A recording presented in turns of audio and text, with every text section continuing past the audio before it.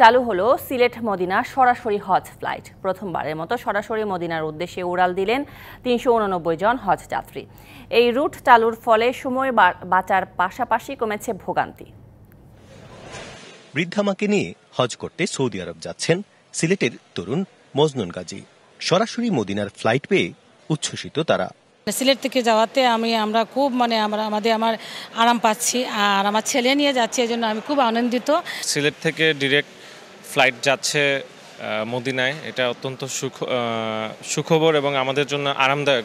প্রথমবারের মতো বাংলাদেশ বিমানের ওই ফ্লাইটে যাত্রী হন ৩৮৯ জন।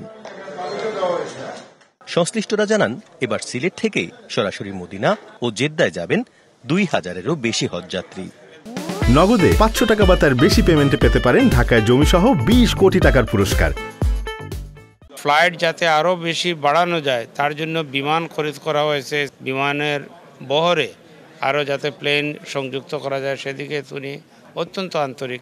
সৌদি আরব সহ বিভিন্ন দেশে সরাসরি ফ্লাইটের কোলেবর সামনে আরও বাড়াতে চায় সরকার।